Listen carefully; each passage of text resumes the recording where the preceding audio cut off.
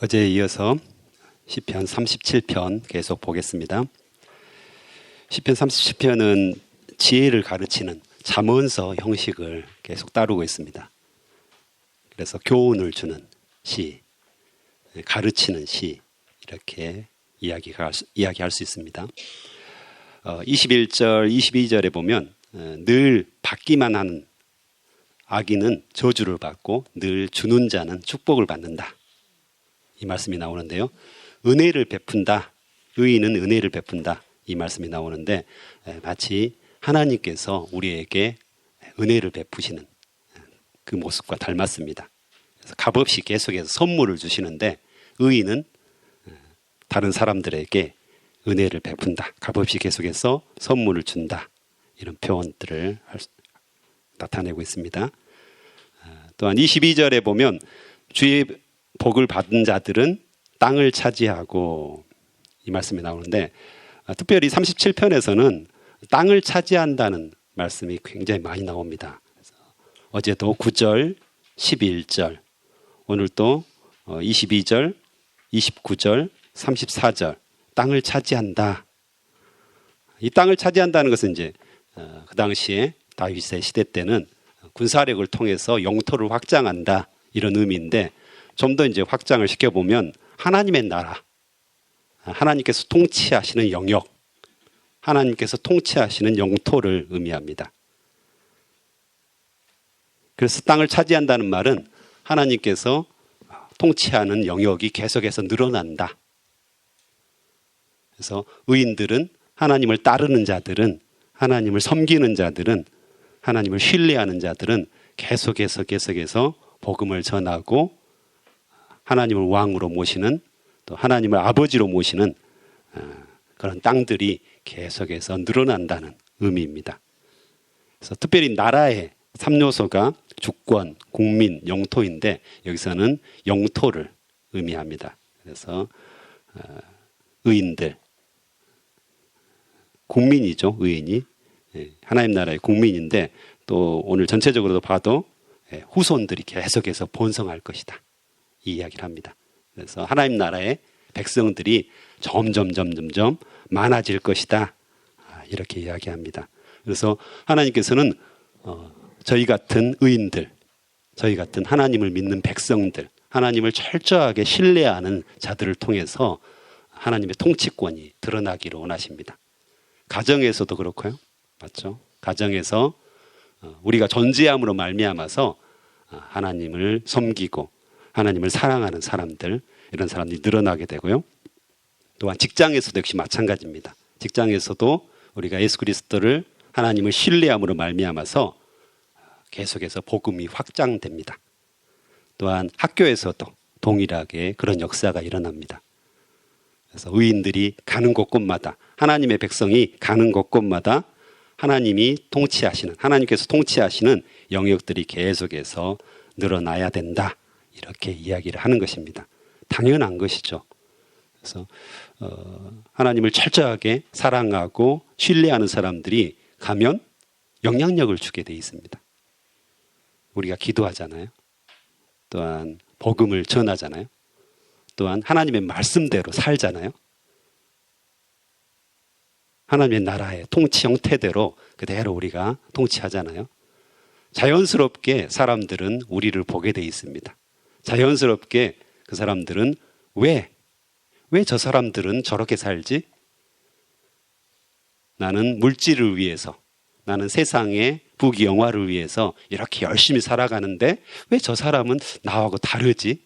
뭐가 있길래 저 사람은 저렇게 살아가는 것일까? 라는 의문을 품게 됩니다. 그게 바로 전도의 시발점이 되는 거죠. 그래서 우리는 다르게 살아야 합니다. 철저하게 다르게 살아야 합니다. 그것을 성경에서는 거룩하다 이렇게 이야기합니다. 거룩하다. 세상과는 구별된 삶. 세상은 나름대로 세상의 가치를 가지고 살아갑니다. 제가 자주 표현하는 것, 노아의 때 사람들은 먹고 마시고 시집가고 장가가고 이게 가치입니다. 세상의 가치는 정말 고상한 것 같은데 정확하게 평가를 해보면 먹고 마시고 시집가고 장가가고 이것에 자기들의 가치를 둡니다. 그것에 목숨을 겁니다. 하지만 하나님을 믿는 우리 의인들은 다릅니다. 그것에 목숨을 걸지 않습니다. 우리는 하나님을 신뢰합니다. 하나님께서 분명하게 말씀하셨습니다. 예수님께서 먼저 그의 나라와 그의 의를 구하라. 그리하면 이 모든 것을 더하시리라. 공짜로 준다는 것입니다. 덤으로 주신다는 겁니다. 하나님의 나라와 하나님의 의를 구하면 그냥 거저 주는, 공짜로 주는 이것에 우리는 목숨을 걸지 않는다. 이게 우리의 가치입니다.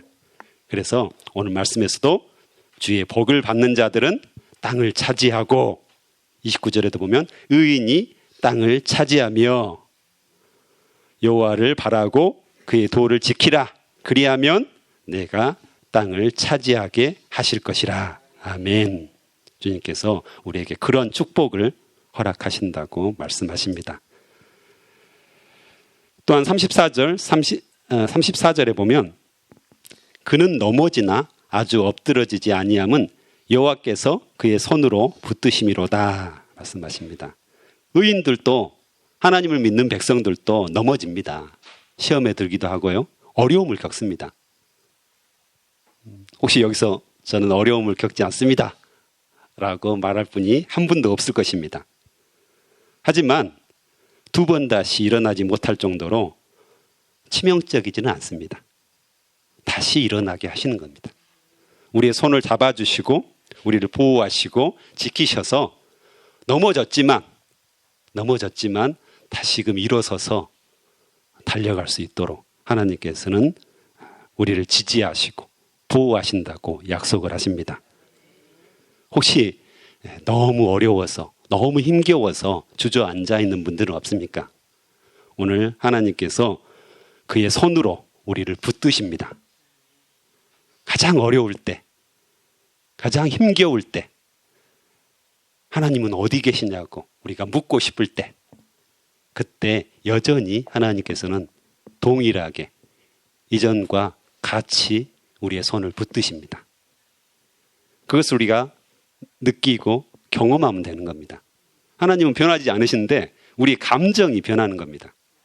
압박이 오고 어려움이 오면 우리의 감정이 계속해서 출렁이기 때문에 하나님을 못 보는 것뿐이지 하나님께서는 여전히 우리의 손을 붙드신다고 말씀해서 약속을 하십니다. 우리의 감정에 의존하는 것이 아니라 우리는 성경 말씀에 의존합니다. 그는 넘어지나 아주 엎드러지지 아니함은 여호와께서 그의 손으로 붙드심이로다. 아멘. 이것을 우리는 믿고 나아가야 되겠습니다. 25절, 26절에 보면 이 다윗의 노년의 지혜가 나와 있습니다. 그래서 비슷한 이야기를 합니다. 의인은 은혜를 베풀고 그의 자손은 복을 받는다. 그래서 의인들이 짧게는 어려움을 당하고 있는 것처럼 보이지만 하나님께서 복을 주시고 일으켜 세워주신다. 이렇게 이야기합니다. 그래서 우리 어려움들, 우리 고난들 이것은 영원하지 않습니다. 영원하지 않습니다. 혹시 오랫동안 지속돼 가지고 우리가 이 세상에서 죽을 때까지 고난과 어려움을 겪을 수도 있습니다. 하지만 우리는 영원한 생명, 천국이 보장되어 있습니다. 정확하게 보장되어 있습니다. 그래서 영원하지 않습니다. 하나님께서 우리를 건져주실 것이고 반드시 구원하실 것입니다. 이것이 우리의 소망이죠. 그래서 견딜 수 있는 힘들이 우리에게 있다는 것입니다. 27절, 28절에도 보면 복을 누리기 위하여 우리가 복을 누리기 위해서 악에서 떠나 선을 행하라 이렇게 말씀하십니다. 악을 떠나 선을 행하라. 그래서 성도의 기본적인 삶이죠. 하지만 우리에게 유혹이 있습니다. 왜냐하면 악한 자들이 잘 살 때가 있습니다. 맞죠? 나는 이렇게 어려운데 불법을 행하고 악을 행하고 뭔가 자기의 힘대로 자기의 능력대로 불법을 행하는 자들이 훨씬 잘 되는 것처럼 느껴집니다. 잘 먹고 잘 살고 시집도 잘 가고 장가도 잘 가고 이 모습을 볼 때 우리 의인들에게 하나님을 믿는 백성들에게 유혹이 됩니다. 맞죠? 유혹이 됩니다. 그렇지만 그럼에도 불구하고 하나님께서는 우리에게 선을 행하라 이렇게 말씀하십니다. 이게 명령입니다.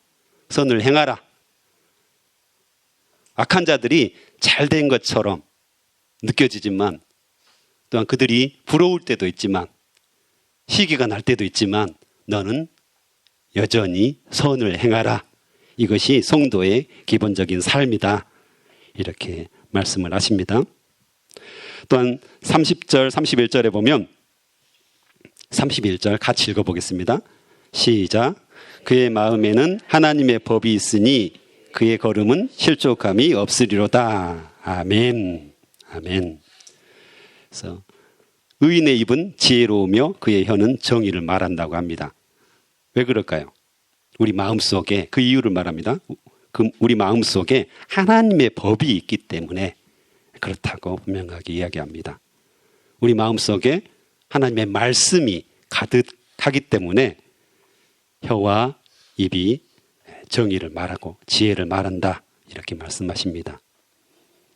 그래서 의인들이 악을 떠나 선을 행하고 또한 지혜로우며 정의를 말하기 위해서는 반드시 우리 안에 우리 마음속에 하나님의 말씀이 가득해야 합니다. 우리가 매일매일 큐티하고 매일매일 성경을 통독하고 암송하고 또한 연구하는 이유입니다. 우리 안에 하나님의 말씀이 가득할 때 우리의 삶이 하나님의 모습으로 또한 거룩한 모습으로 사람들에게 영향력을 미칠 수 있다는 것입니다. 말씀이 없으면 힘이 없습니다. 말씀이 없으면 영향력이 없습니다. 말씀이 없으면 은혜를 끼칠 수가 없습니다. 결국은 다 말씀에 기초하는 겁니다. 우리 그리스도인의 삶, 모든 삶 속에 말씀이 가득 차야 되겠습니다. 그래서 오늘 또 묵상. 저도 이제 계속해서 묵상을 하는데요. 저는 2번 합니다. 하루에 2번을 합니다. 저희 교회에 묵상집이 있고요. CCC의 묵상집이 따로 있습니다. 풍성한 삶이라고 해서. 그래서 매일 2번을 번갈아가면서 하고 또 교회 묵상을 하면서는 청년들에게 또 여러 가지를 질문을 남깁니다. 그런데 이게 굉장히 때로는 불편할 때도 있고 매너리즘에 빠질 때도 있습니다. 매일 하잖아요. 매일 하다 보면 이거 뭐 하루 안 해도 되겠다 이런 생각들이 종종 듭니다. 우리 안에. 그래서 큰일 나지 않습니다. 그래서 우리가 묵상하지 않았다고 해서 큐티하지 않았다고 해서 가다가 벼락을 맞는다든가 교통사고를 당한다든가 이런 일 인과관계가 없습니다. 실제로 잘 조사해 보십시오. 없습니다. 큰일 나지 않습니다.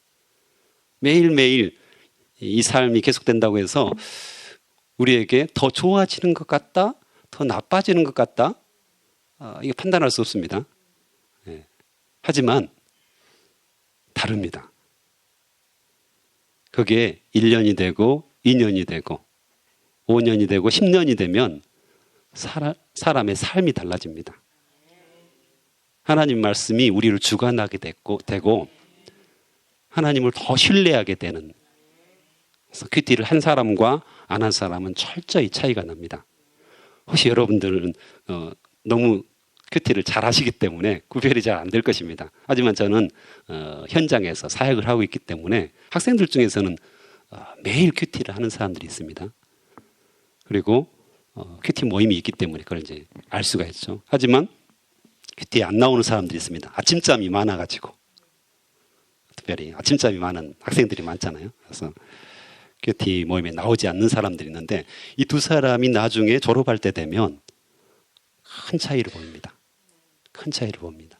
그래서 우리가 때로는 큐티를 통해서 내 일상생활에서 큰 일이 일어날지 않을지라도 꾸준하게 인내하면서 하나님의 말씀을 붙들고 사는 것 분명하게 유익이 있습니다. 하나님께서 우리를 통치하시고 또 우리가 이 땅을 다스리는데 기본이 되고 온전한 그런 기초가 된다고 성경은 말씀하십니다.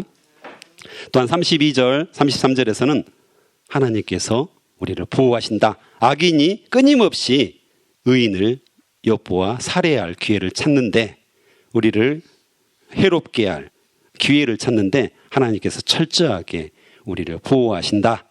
이렇게 말씀하십니다.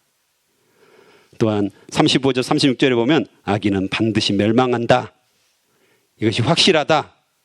내가 찾아도 발견하지 못하였다.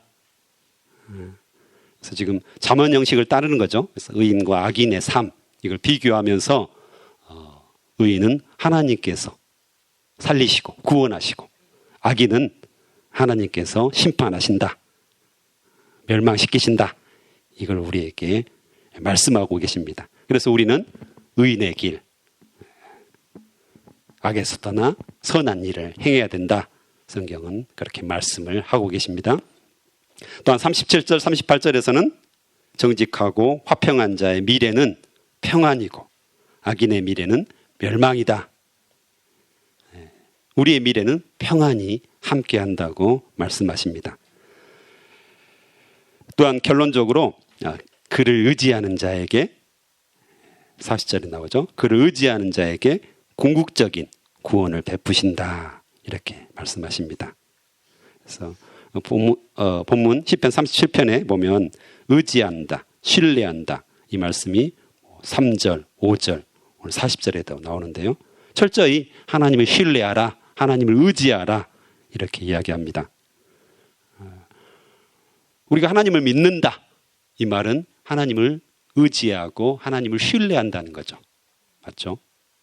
근데 인간은 기본적으로 자아가 있습니다. 그래서 자기 마음대로 하려고 하는 습성이 있죠. 속성이 있죠. 그냥 가만히 놔두면 훈련하지 않고 교육하지 않고 가르치지 않으면 자기 마음대로 살아갑니다. 철저히 자기를 믿습니다. 자기의 힘을 믿습니다. 내가 모든 것을 할 수 있다고 여깁니다. 그래서 자기 힘으로 공부하고 자기의 힘으로 뭔가를 해서 성취할 수 있다고 착각에 빠집니다. 근데 성경은 그게 착각이라고 말하죠. 세상을 살아갈 때 우리의 힘으로 살아갈 수 없다고 성경은 분명하게 말씀하십니다. 그것이 바로 죄라고 말씀하시거든요. 그런데 여전히 그리스도인들이 예수님을 믿지만, 하나님을 믿지만 자기 힘대로 살아가는 사람들이 많습니다. 하나님을 신뢰하지 않고 하나님을 의지하지 않고 하나님께 철저히 맡기지 않습니다. 이 영역만큼은 제가 전부를 주님께 의지합니다. 하지만 이 영역만큼은 제 마음대로 하면 안 될까요? 이건 제가 하고 싶습니다. 그래서 그것을 기도합니다. 하나님을 조정하는 것이죠. 이것은 이렇게 해주셔야 되겠습니다. 이것만큼은 내 뜻대로 주님께서 기도를 들어주셔야 되겠습니다. 그런 기도를 저도 할 때가 있습니다. 이미 결론은 정이 났습니다. 이거 반드시 이루어져야 됩니다. 하나님이 이거 안 이루어주시면 하나님은 안 계시는 겁니다. 협박하면서 마치 하나님을 이용하고 하나님을 사용해서 내가 설정한 목표들을 이루려고 하는 그런 기도 제목들이 얼마나 많은지 저도 깜짝깜짝 놀랄 때가 있습니다. 우리의 기도는 그래서는 안 됩니다. 하나님을 의지하고 하나님을 신뢰하는 거죠. 나의 것을 내려놓고 나의 욕심을 내려놓고 내가 생각한 목표들, 내가 생각한 목적들, 내가 생각한 결론들을 온전하게 내려놓고 하나님의 뜻대로 하겠습니다.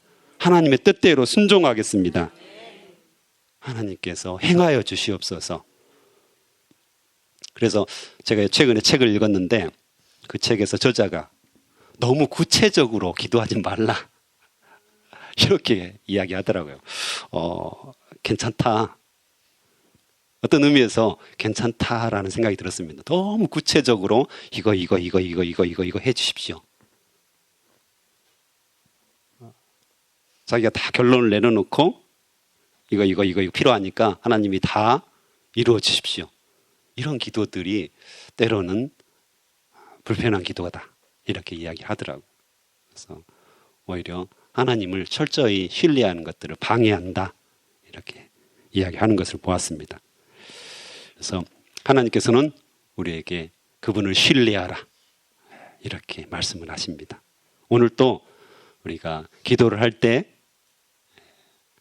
한번 살펴봤으면 좋겠습니다. 이게 과연 나의 욕심으로 내가 결론을 내려놓고 하나님께 이것을 해달라고 요구하는 것은 아닌지, 청구서를 내미는 것은 아닌지, 아니면 진짜 하나님의 뜻대로 지금 하나님이 원하시는 것들을 행하시도록 내가 구하고 있는지 한번 우리의 기도 제목을 자세히 살펴보았으면 좋겠습니다.